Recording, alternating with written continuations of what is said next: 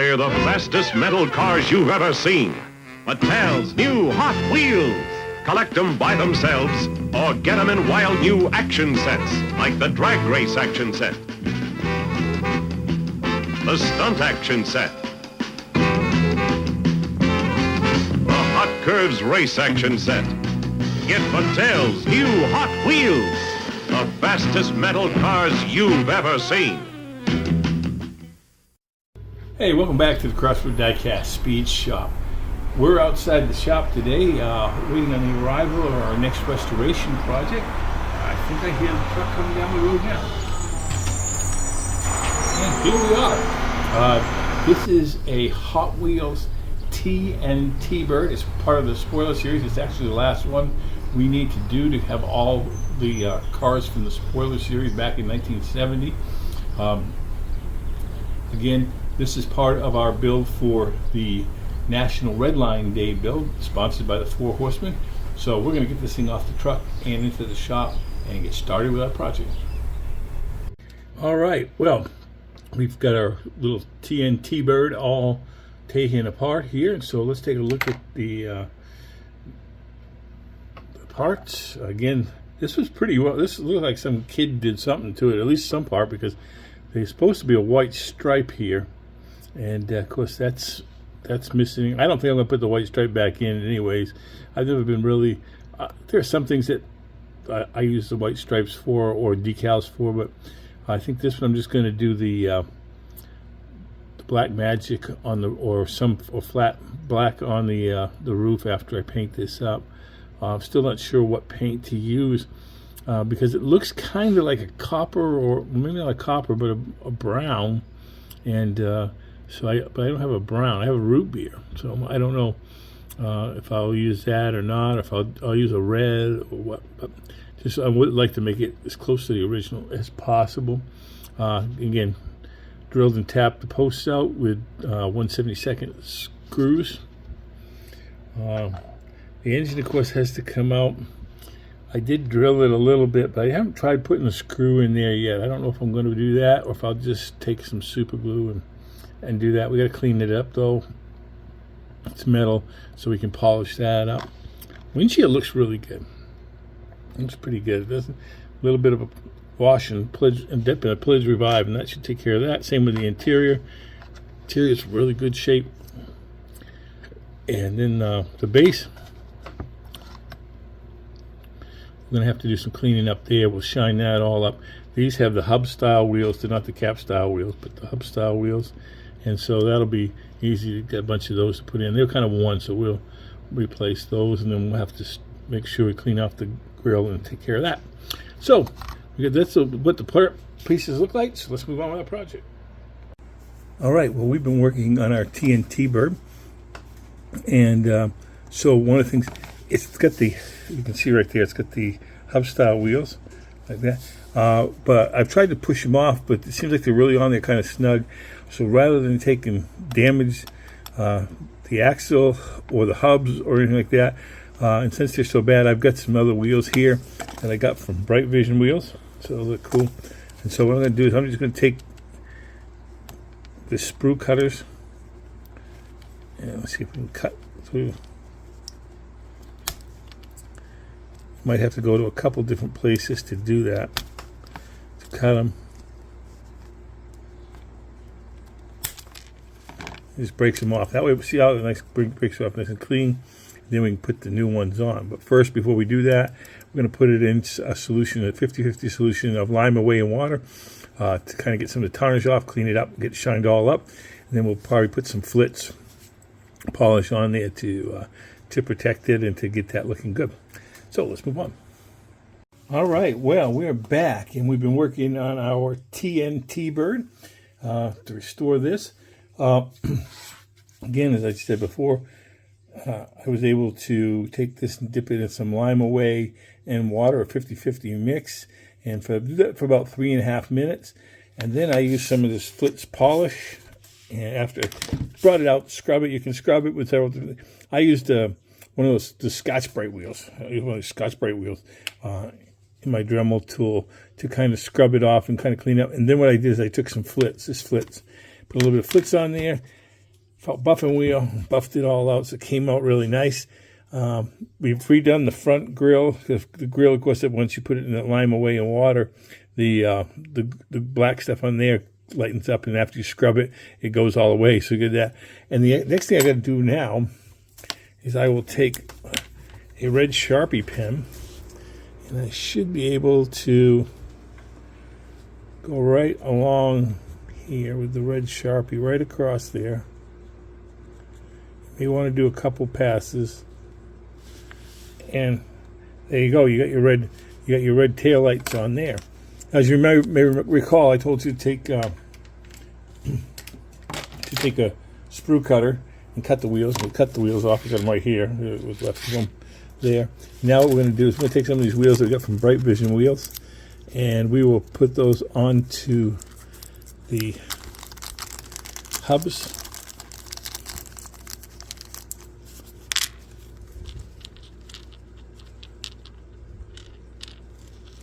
There, you can see there's two medium style wheels and there's two large wheels. And I'm going to use this tool I got from Second Chance Redlines. Just helps a little bit when it comes to pushing these on. Put the little notch part behind the hub.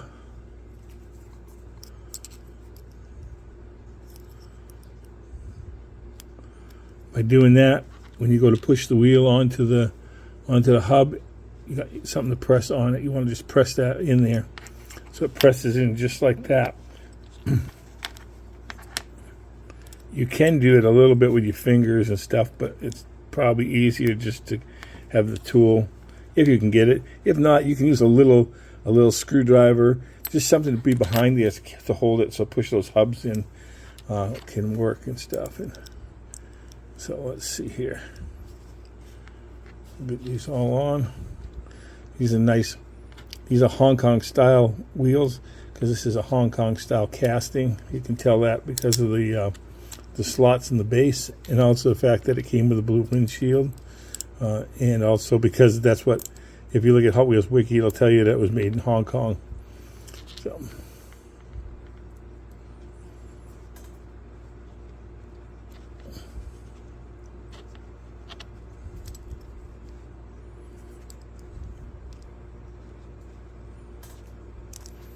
it's good to press those all the way in, because you want them that way to hold the wheels on. The wheels spin. Spin pretty nice. There you go. Got that all ready. The base is all ready. Again, like I say, we got the taillights done. Got the front grille all painted with flat black from Second Chance Redlines. So let's move on. All right. Well, we're working on a TNT bird. Got it all scoured with a Scotch-Brite wheel and got that all kind of cleaned up a little bit. After that, I took some of this Flitz polish, spread that on there, and then using a felt buffing wheel and my Dremel tool, definitely on the lowest setting. Use your lowest setting on that, because if you get it, it'll start to burn. It's almost like a burning the stuff on in black, and then it's really hard to get off. But you can see at that, I think you can see. So you can when you do that, you can see almost the reflection, the total reflection in this. That's pretty shiny in there. So it's ready to go into paint.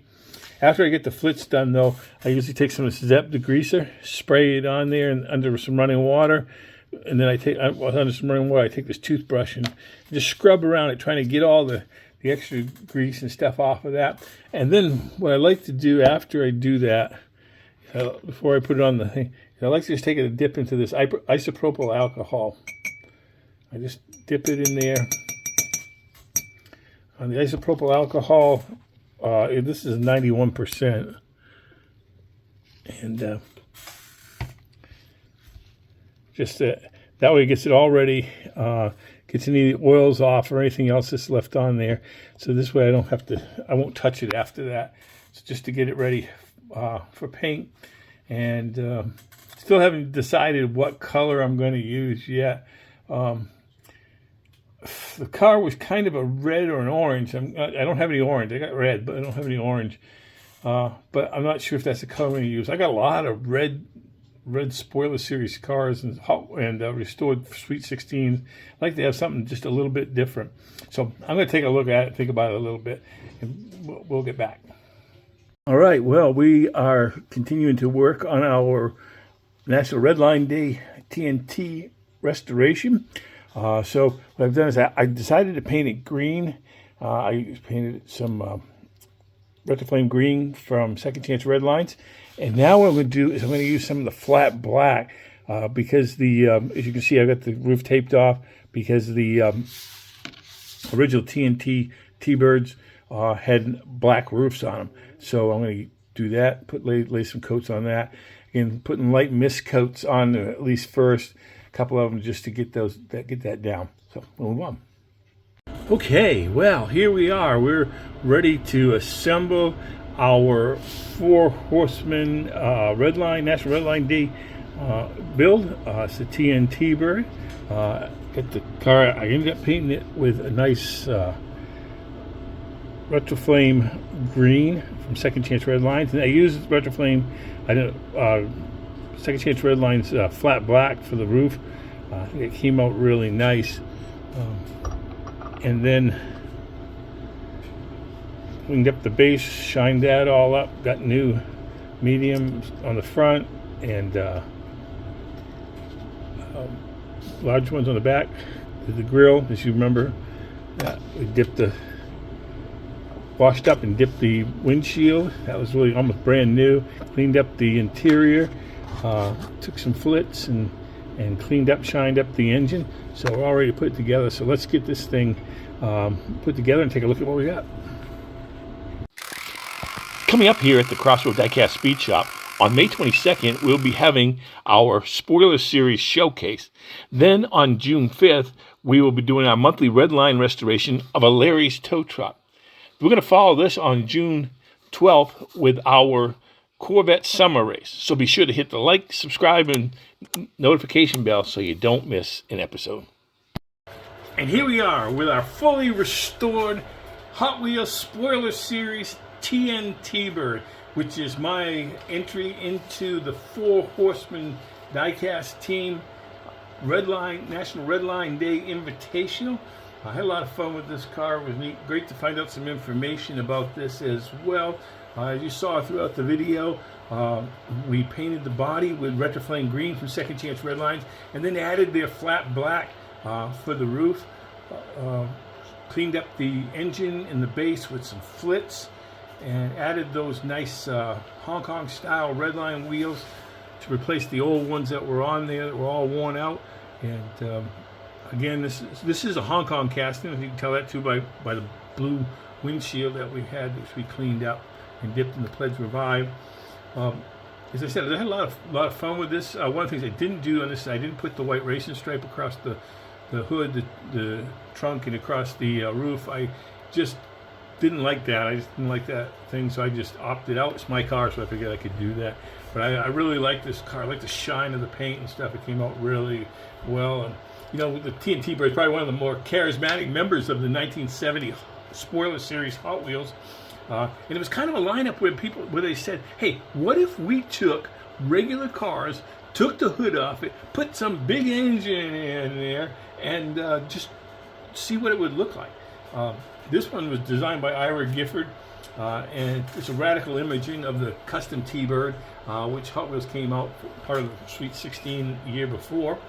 It features a supercharged V8, elevated rear stance, and bull racing lines, as well as we also have the front and rear spoilers.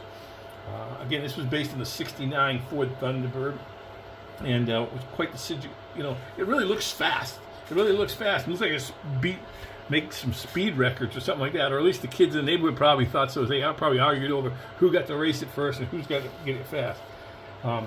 Besides the blue tinted windshield and the Redline wheels, as I said, it came with some racing graphics that made it mistakably 1970 Hot Wheels that were loud and flashy. And that's the kind of thing you see when you see a lot of the Hot Wheel cars. You know, they're crazy, they're loud and flashy sometimes.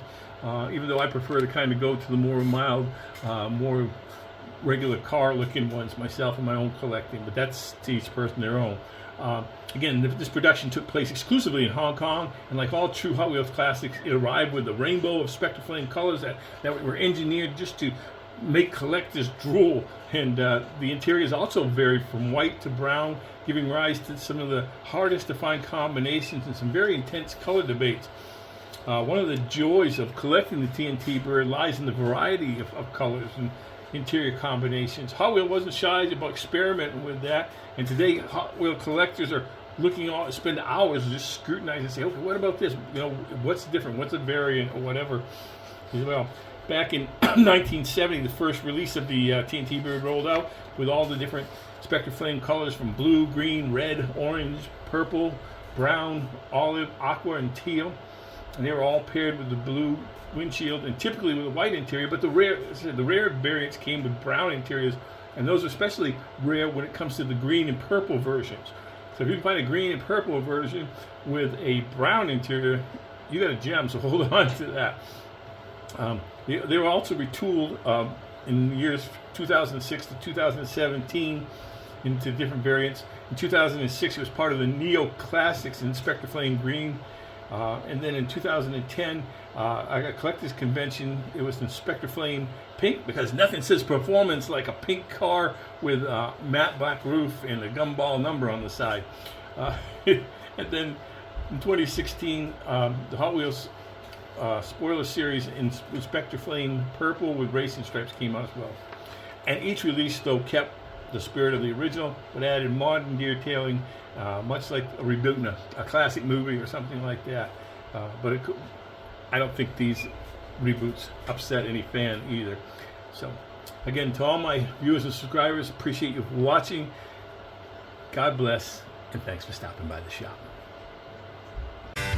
On behalf of our Four Horsemen Custom Diecast team, Paul at Diecast Graveyard, Tom at Sports Syndicate, Ron at Somo Diecast, and myself, Skip, here at Crossroad Diecast Speed Shop, I want to invite you to be part of our builds. I've been so encouraged by the number of diecast customizers who take part in our monthly builds, and I've gotten some great ideas for my future builds. You can find the schedule of our builds on the Four Horsemen Diecast YouTube channel. They are all themed, so you don't have to have a particular casting. Also, you don't need a YouTube channel or a social media presence to join in. Just send a 16:9 photo of your build on a white or light background to fourhorsemendiecast@gmail.com on the build due date, which is usually the last day of the month. If you do have a YouTube channel, be sure to include hashtag 4HorsemenDiecast in the title so we can find your video.